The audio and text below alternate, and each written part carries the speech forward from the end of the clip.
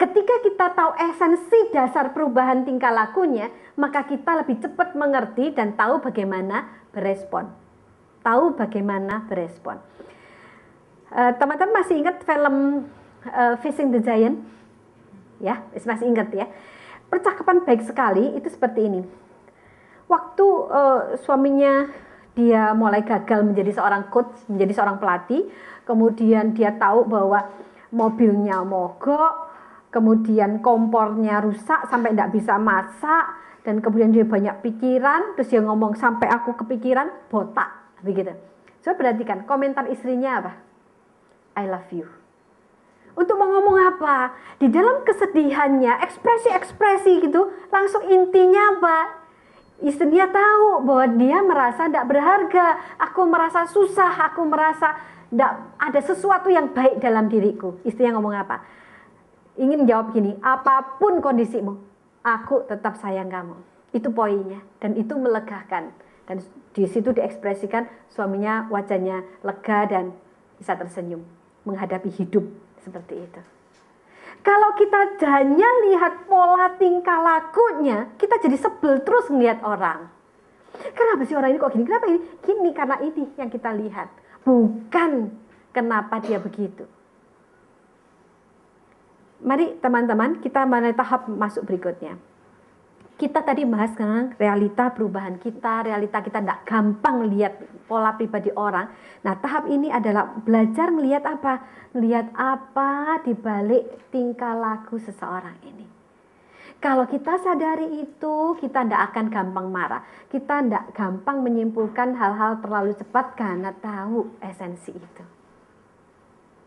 Jadi melihat orang di balik kata-katanya, di balik ekspresinya, di balik apa yang dimunculkan. Akhirnya kalau kita ingin melihat orang lain dengan perilaku tertentu, ya ujungnya itu yang kita selesaikan. Gitu. Jadi misalkan orang itu kalau lagi sakit-sakitan mesti misalkan dia cerewet. Supaya nggak cerewet gimana? Ya kasih vitamin dia. Bukan diomongi, gak usah cerewet-cerewet tuh, kamu gak cerewet mencek no. Bukan itu, tetapi kasih vitamin dengan sendirinya tidak cerewet. Gitu. Teman-teman bisa lihat itu?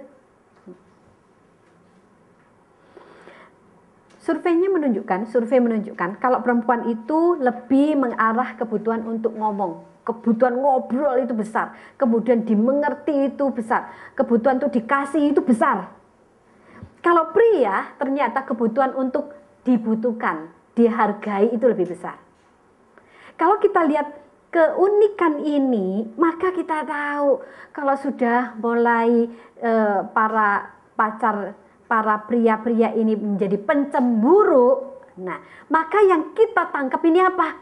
Yang kita, kok dia mau jadi lebih cemburu? Maka kita itu tidak marah-marah. Kenapa sih kok kamu cemburu? Gak percaya aku ya? Kenapa gak percaya aku? Itu gak akan selesai. Lebih cepat selesai kalau ya aku ngobrol BDE tapi aku merasa kamu lebih hebat loh ngomongnya dengan kamu. Oh, itu dia akan langsung senyum. Itu selesai. Praktekan ya teman-teman, itu efektif sekali. Jadi isinya gitu, bukan kepada tingkah laku yang sekarang. Seorang pacar yang suka absen, kau ada di mana? Sama siapa? Kok lama? Ngomong apa? Nah, itu tanda-tanda tidak aman dengan dirinya.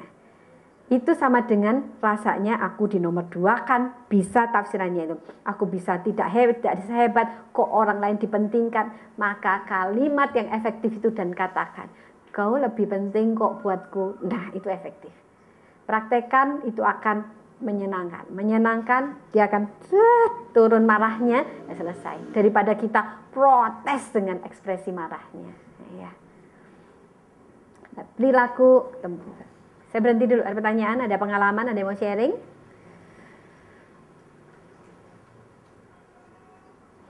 Sharing itu berbagi. Berbagi itu namanya juga berbagi ya, nolong banyak orang. Ada yang mau berbagi? Mesti ditunjuk kali ya. Ya, silakan. Ya. Kenapa kok? Yes, ya. Nama saya Alvin. Saya mau tanya kenapa kok kita harus jadi pribadi yang dikenal sama orang lain? Karena mungkin ada beberapa tipe yang pribadi yang dia menutup dirinya untuk dikenal orang lain.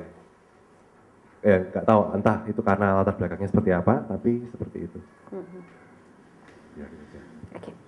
Kita itu perlu menjadi pribadi yang dikenal oleh orang lain, itu supaya orang lain itu memberi feedback sebanyak-banyaknya tentang kita, memberi masukan tentang kita. Memang tidak semua cermin itu tepat penilaiannya ya. Kalau kita itu lihat cerminnya spion gitu kan, kita tidak bisa nyimpulkan bahwa kita seelek itu kan ya. Nanti periksa, semua pulang lihat spionnya masing-masing dan dekatkan wajah Anda ke spion itu. Welek gitu. Waktu kita lihat jelek, kita langsung nyimpulkan bahwa waduh aku seelek itu, aku mau operasi. Kan tidak sama sekali. Tetapi paling tidak cermin seelek apapun mempertunjukkan kita kalau kita ada jerawat atau alis kita sisean misalkan ya, satu begini misalkan, salah begitu, bisa sempat dihapus ya. Jadi dengan kata lain, semakin kita terbuka pada orang lain, semakin kita punya kesempatan orang lain lihat kita dan memberi komentar. Kalau orang memberi komentar tentang kita, paling tidak itu menjadi simpenan bahwa ini menjadi bahan refleksi kita, bahwa apakah kita seperti itu, dan supaya segera bisa ditolong. Kalau kita itu menjadi tipe yang introvert itu adalah tipe yang lebih senang sendiri, lebih efektif hidup dengan sendiri. Hidup sendiri itu efektif. Tipe ekstrovert adalah bukan, orang kadang-kadang mengkaitkan orang ekstrovert itu banyak ngomong. Tidak selalu, teman-teman. Ekstrovert itu adalah kebutuhan dengan komunitas itu lebih besar. Jadi kalau dia berkomunitas lebih banyak, dia lebih efektif. Gitu. Kalau introvert, orang yang sendiri lebih efektif. Gitu. Saya tipe introvert. Jadi kalau karena tipe saya introvert, yang paling kelihatan kalau saya lagi sakit saya lebih senang sendiri dan menikmati sendiri. Orang ekstrovert kalau dia lagi masalah justru butuh teman. Itu bukan banyaknya ngomong. Kalau dihitung-hitung saya terlalu banyak ngomong biasanya, karena saya ada sanguinnya. Di masa muda saya lebih sanguin, semakin tua sekarang semakin lebih melankolis begitu. Nah, tapi sisa sanguin saya masih ada. Jadi kalau udah ngomong gitu bisa banyak saya ngomongnya. Saya sendiri mesti rem. Nah, kalau kita itu mengekspresikan diri kita, maka orang bisa cepat memberi masukan dan saya bisa cepat berubah karenanya. Jadi belajarlah bisa mengekspresikan diri kita. Siapapun kita, tipe extrovert atau introvert, belajar mengekspresikan diri supaya cepat mendapat feedback. Dan feedback itu akan menolong kita untuk mewaspadai kelemahan-kelemahan kita dan berubah. Begitu. Tadi kalau dikaitkan ada pribadi tertentu yang tertutup, maka belajarlah. Mungkin tidak bisa sharing dengan banyak orang, tetapi sharing dengan 1-2 orang, tapi belajar mengekspresikan diri kita, bukan kata-kata saja, diri kita. Itu jauh lebih sehat. Gitu ya, Alvin. Oke, baik.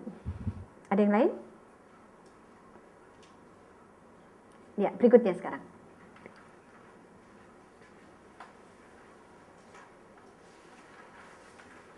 Kepribadian ini sebagai pola perilaku dan cara berpikir yang khas. Ya, menentukan cara berpikir yang khas. Cara berpikir khas ini bisa apa? Bisa negatif. Misalkan kalau orang itu negatif thinking ya, polanya terus lihat orang itu terus elek terus.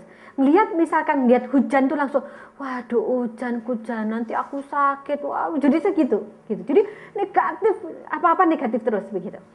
Kalau orang positive thinking itu, wah hujan, iya hujan ya, tidak apa-apa pulang mandi seger tambahan langsung tidur, bisa seperti itu. Nah, cara berpikir khas ini bisa negatif, terus balik terus, nah semacam ini pola pikirnya.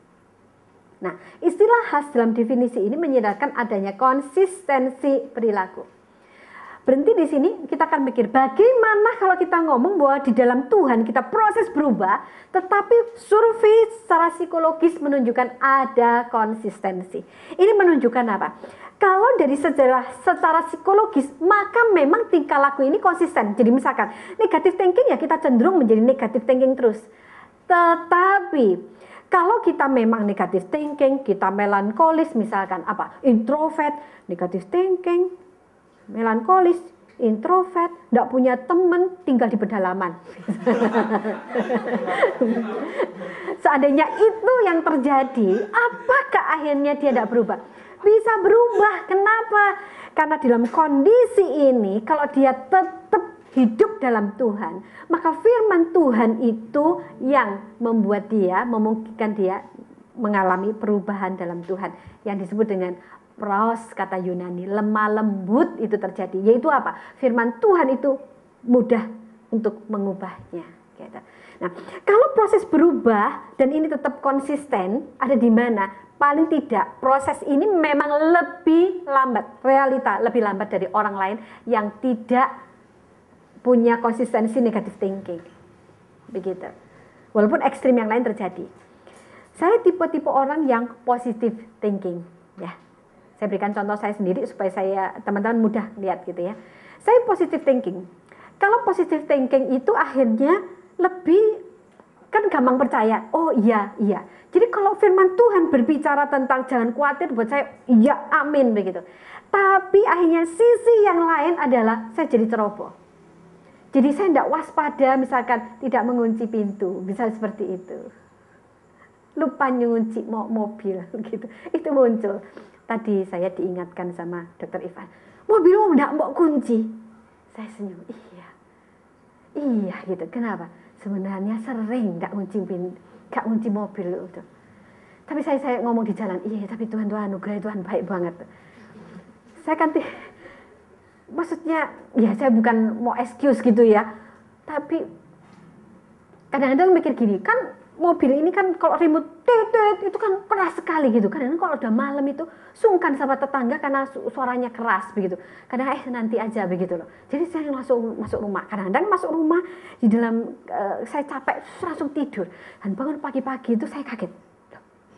Buka begitu. Jadi sebenarnya beberapa kali begitu. Itu bagian dari positive thinking yang kedaden, yang salah kedaden begitu ya. Saya gampang sekali menikmati janji firman Tuhan. Kok Tuhan ngomong apa? Saya gitu karena saya mengamini, karena saya sangat positif gitu. Tapi karena positive thinking yang gara-gara sanguin itu ya, itu menjadi seperti itu. Teman-teman bisa lihat ini ya. Ya sama-sama eleknya sebenarnya, cuma saya kelihatan lebih rohani. Kenapa? Saya gampang mengamini firman Tuhan itu betul mengamini. Saya ingat sekali pada waktu itu sampai cukup heboh di kampus itu. Di STTRI. Di STTRI itu waktu tahun 98 Presiden Soeharto turun, masih ingat situ ya.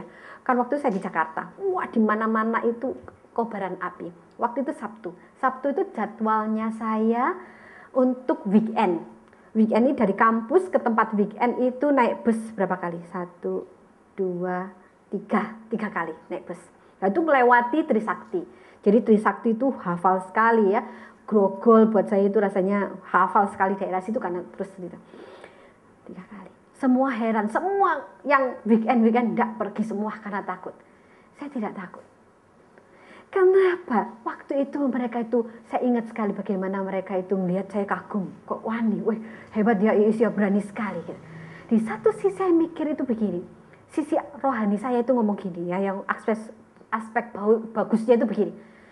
Kalau ini saya pergi itu pelayanan tidak main-main. Kalau hamba Tuhannya takut, ya apa domba-dombanya? Kan malah takut. Ya saya tunjukkan bahwa saya tidak apa-apa. Tapi satu sisi, kenapa? Karena aspek keberanian saya, karena positive thinking itu Tuhan pelihara betul gitu. Karena Tuhan pelihara, jadi benar-benar Tuhan pelihara. Memang waktu itu saya ingat sekali api di mana-mana ya saya jalan saja sambil melihat, waduh, saya sakno serem ya gitu. Saya jualan karena bus tidak mau jalan, saya berkilo-kilo jalan kaki. Jadi saya lihat muka-muka garang membakar gitu. Jadi bayan-bayan itu ya sampai ingat gitu, Tuhan pelihara. Tapi satu sisi dari bagian apa? Positive thinkingnya ada pada diri saya. Jadi sebenarnya saya hebat enggak sih? Enggak sama sekali. Enggak sehebat orang lihat gitu. Tapi bagian itu, tetapi memang sih satu sisi saya lihat anugerah Tuhan. Yang saya rasakan betul anugerah Tuhan. Nah sampai sekarang saya akhirnya tidak terlalu takut gitu ya, misalkan pergi sendiri gitu, hanya karena saya merasa saya harus bertanggung jawab dengan hidup dan diri saya, maka saya mesti lihat-lihat jam gitu, mau pergi mana. Tapi sebenarnya dalam hati kecil saya tidak takut, kemana-mana sendiri juga nggak apa-apa begitu. Karena itu, tapi itu saya rem. Kenapa? Saya merasa bahwa pemahaman teologi saya bahwa Tuhan ingin saya bertanggung jawab, maka saya mesti menjaga diri saya.